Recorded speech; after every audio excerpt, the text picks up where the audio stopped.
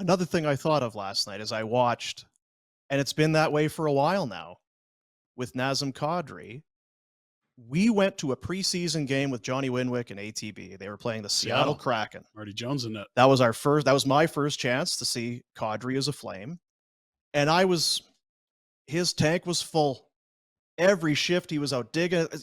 You don't need to be trying this hard. You don't need to be going at it as hard as you are right now. You're gonna like this guy. But he was all over it. He was a dog on a bone in a preseason game. And then the season started. It's like, this guy he's the pace setter. He's stirring the drink. And Dubé started as a line at the beginning of the year, and that was their best line. And it's like, oh, Huber will start clicking later, give him some time. But that was a great trio. And you're like, wow, that was like, maybe Nazem will have the C by Christmas. He looks so disinterested right now. It honestly, I'm not trying to be a shock jock. He looks like he's trying to play himself out of town.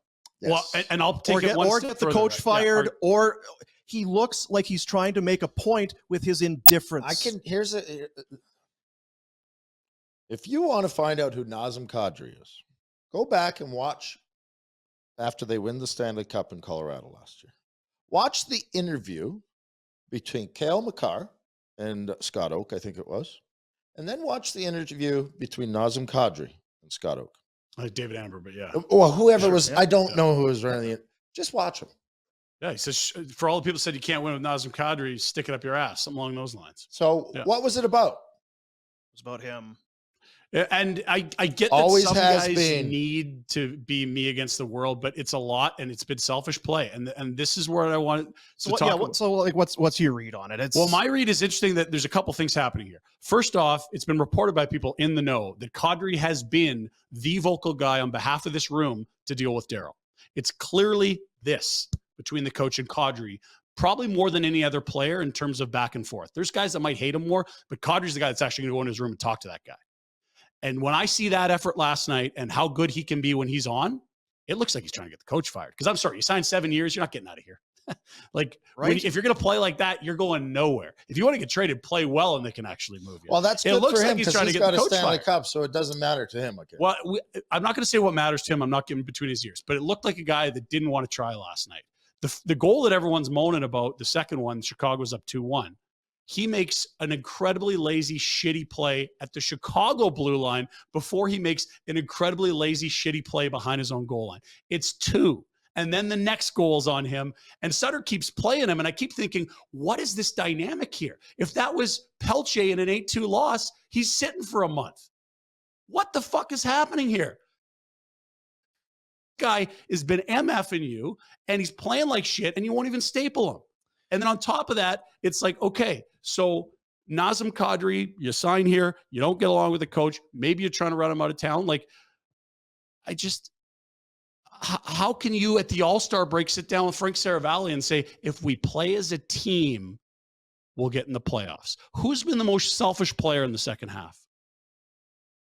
The guy that said we need to play as a team. Yeah. I can't figure it out. He selfish in his lack of effort.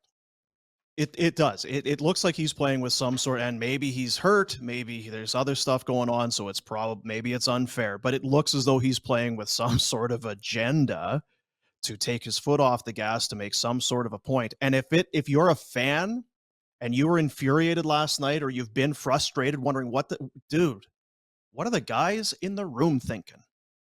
You give up a goal, you sit down on the bench and watch the jumbotron. Okay, what the hell happened? Oh, fuck. Twice. Holy fuck. Yeah, that wasn't even. He's playing shuffleboard behind the net. It was after he turns it over to the other end. He better have a flight booked, because if he's walking around town here, people are going to freak the F out when the season's over. And you're not playing yourself out of town. Nobody wants that. And this is the kind of shit you don't trade for. I mean, he can be whatever I just thought that this guy was a competitor, because you go back to Toronto and the fans were all over him because he was getting suspended and that. He was kind of defending teammates. He was playing hard. Like he was hitting guys. He was playing hard. This is not that at all. He is playing as though he has no interest in being a Calgary Flame or playing right now. And that's why I wonder, I bet he is unhappy with the coach. I bet there's a lot of guys that are unhappy with the coach, but it's just, at what point does your professional pride kick in and just say, I'm better than this? I have a guess. When the coach changes. As selfish as that is. But that's the sad. I'm not saying you're wrong. Even it's just It's just disappointing to me that I can't cheer for the guy then. To torpedo an entire room, an entire season, to screw your like teammates out of an opportunity to play in the playoffs. I'm not saying it's a good move. I'm just telling you, I wouldn't be surprised if it's a coaching change and he looks like Nazem of last year. I just can't imagine anybody being that selfish in pro sports. Win a Stanley Cup, and it's all about Nazem.